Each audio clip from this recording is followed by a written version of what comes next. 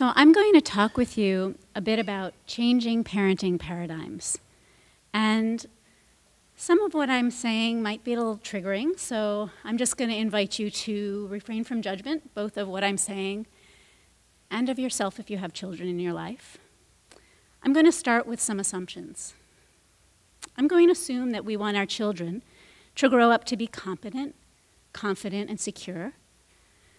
We want them to give, to have gratitude and respect, among other things. And given these assumptions, how do we get there? So when I talk to people about my work, helping parents become more intentional in their parenting, overall I hear about one thing: anger. The parents and the child's. And I hear, why does my daughter scream and kick and bite? Why does my son tell me he hates me? Why can't my child just have respect? Why does my daughter scream and kick and bite? Why does my son tell me he hates me? Why can't my child just have respect? So I'm a mindful parenting coach, and there is a very simple truth that we know deeply, and we don't yet embrace as a parenting culture. Our children learn from everything we do. Now, this may seem obvious, but we are modeling for our children in every moment.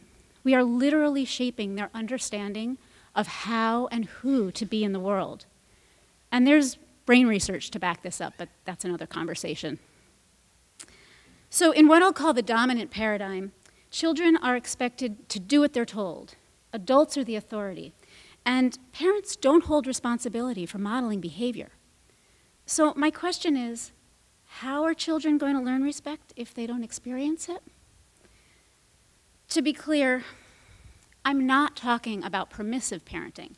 Respect is not giving a child everything they want or doing everything for them.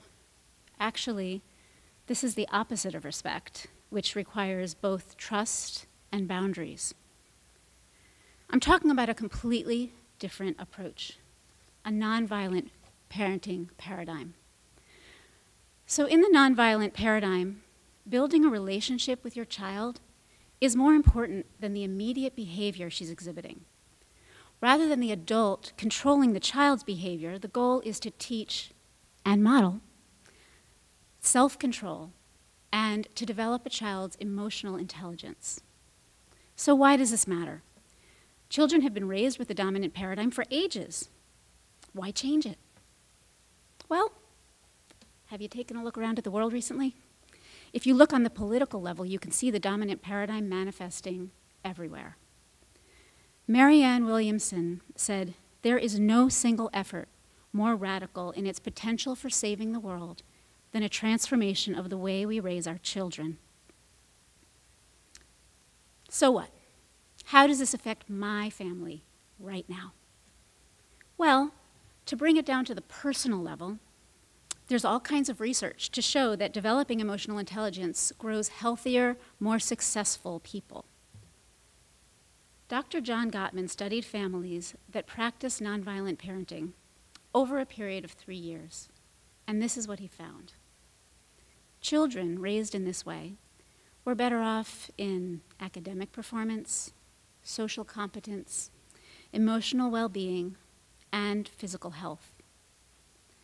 Even controlling for IQ, their math and reading scores were better, they had better social skills, and they got sick less often. So this is just one study among many. There's mounting research to show that raising children with respect, empathy, and support, in addition to appropriate boundaries, creates healthier, more successful people. What we also know is this: children who are treated with respect and understanding have a natural desire to cooperate. Where there is communication, there's less stress and calmer family dynamics. It's a win-win. And the truth is, this is really hard. Whether you're a parent, a teacher, or a caregiver, dealing with kids can be frustrating. It is frustrating. For those of us that were raised in the dominant paradigm, it seems easier just to wing it or to rely on our habitual responses. But the bottom line is that if we want change in our families, in our classrooms, in the world, it's up to us to create it.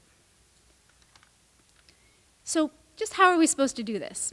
Well, the first step is to recognize that children are developmentally doing exactly what they're supposed to be doing, exploring the world that they live in and their power in it.